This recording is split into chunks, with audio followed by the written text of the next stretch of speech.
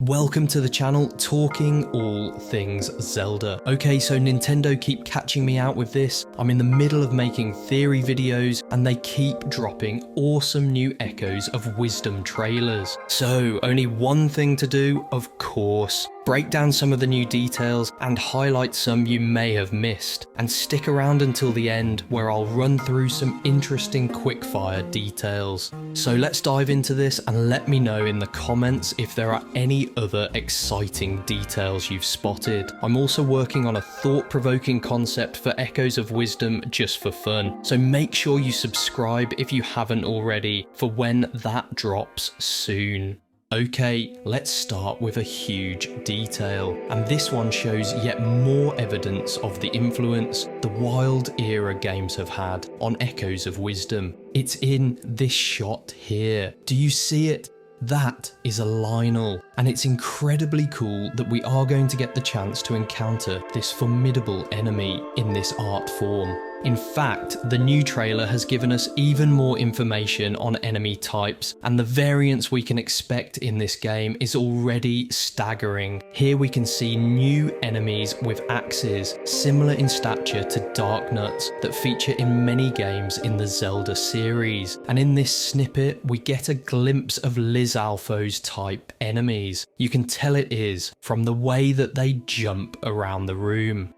Next up, looks like the Dark World is called the Still World, and as expected, this appears to be where the majority of this game's dungeons will be located, which are stated to be massive within the trailer's narration. But did you notice another returning item, and this time not from the Wild Era, but instead from the Hero of Time era, the return of the boss key chest. A small but great return, and something I know many fans felt the absence of in the Wild Era. It's always such a satisfying moment locating the boss chest and key ahead of a showdown with the dungeon boss. Sticking with dungeons for a moment, will we even see the return of well-known series bosses? This clip hints at the return of Volvagia, whom Zelda appears to be battling with at the conclusion of a Still World dungeon, most likely the one located within the Elden Volcano region's rift. It even seems to have the same mechanic as from Ocarina of Time, in that it pops out of lava holes in the ground and attacks from overhead. What I find particularly interesting is that the dragon has a green pendant around its neck. Could this be some of Link's essence that our heroic pair are attempting to rescue?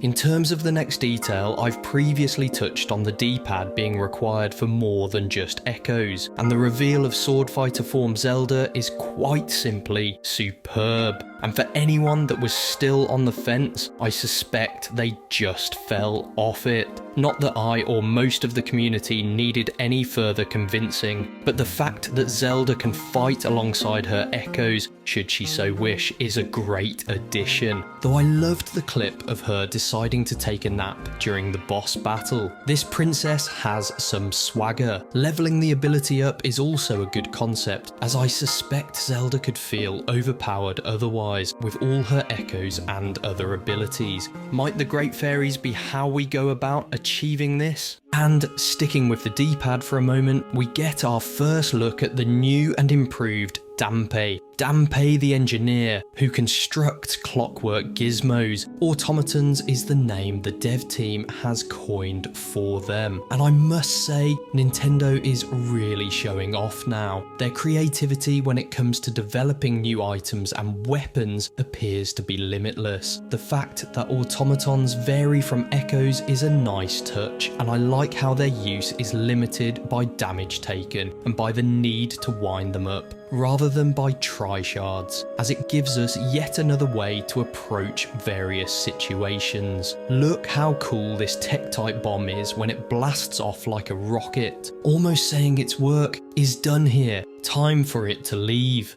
One of the coolest reveals of the trailer was Link as an enemy, likely possessed and with red eyes to match, or is he a form of anti-Echo? Perhaps Ganon keeps some of the inhabitants of Hyrule in the Still World until he has transformed them, ready to do his bidding, before unleashing them back into Hyrule to cause carnage. with the rest of the Still World prisoners left to fade away. Might the fight with Link be what Zelda needs to overcome in order to obtain her sword fighter ability?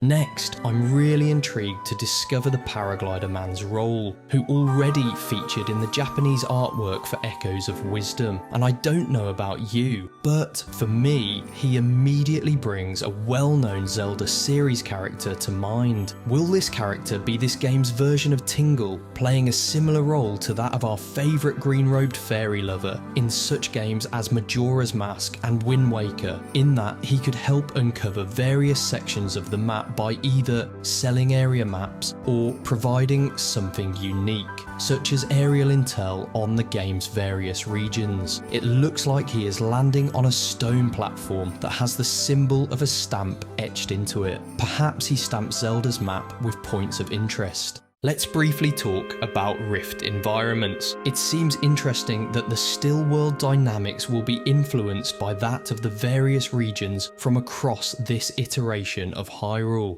And the verticality in this game, while already impressive, seems to be becoming more and more fundamental to the gameplay with each new reveal.